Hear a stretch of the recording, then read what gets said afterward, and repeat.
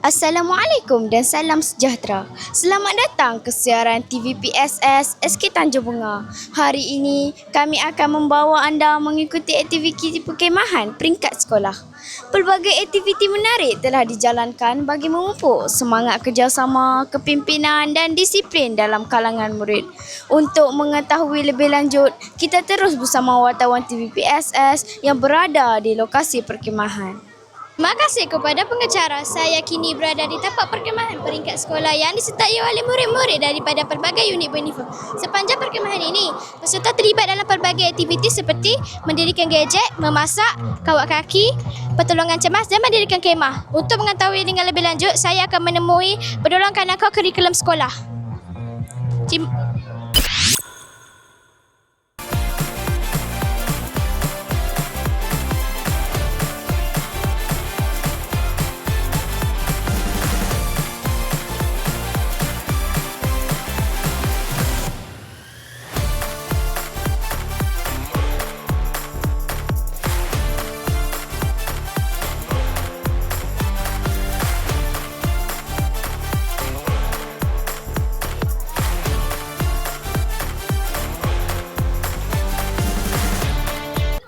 Apa yang kamu sedang buat?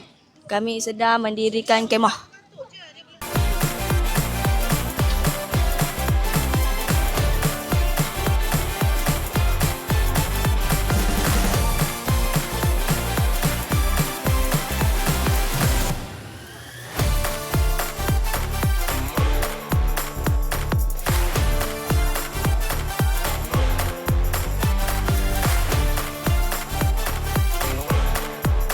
Bagaimana kamu nak mendirikan kemah ni dengan berjaya? Saya bekerjasama dengan kawan-kawan.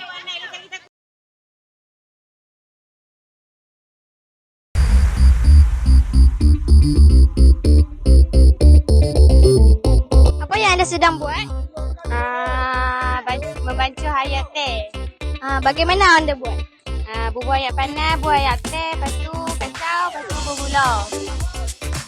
Apa yang anda sedang? Wah, cantiknya. Macam mana anda buat? Kami menggunakan bahan-bahan yang sangat mudah, iaitu timun, tomato cherry dan ini adalah roti sandwich dan roti zalim. Ayah anda buat apa? Air kami adalah air teh.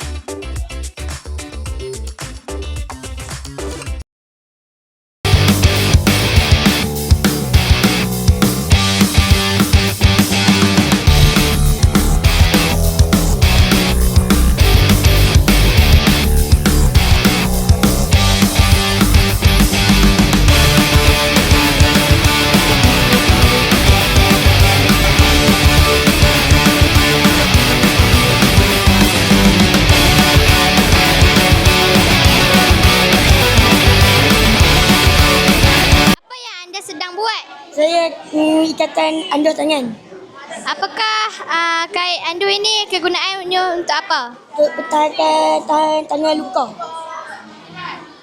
Apa yang sedang buat? Membalut kepala Kegunaan kain andu ni untuk apa? untuk bila cedera dekat kepala.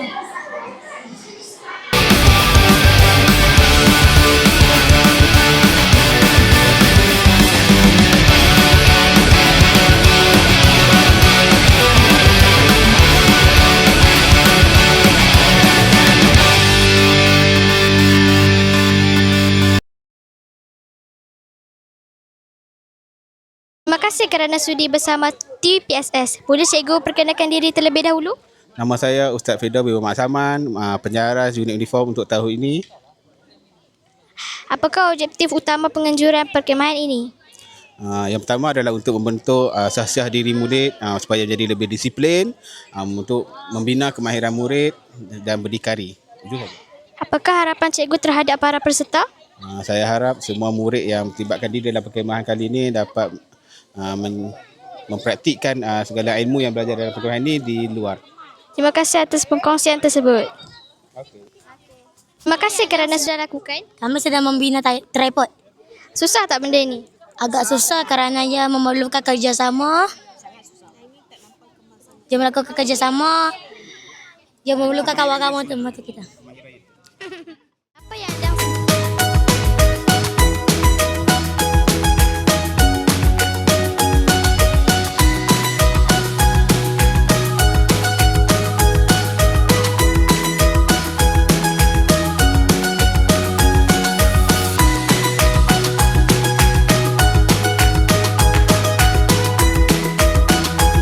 Terima kasih kepada wartawan kita atas laporan yang menarik itu.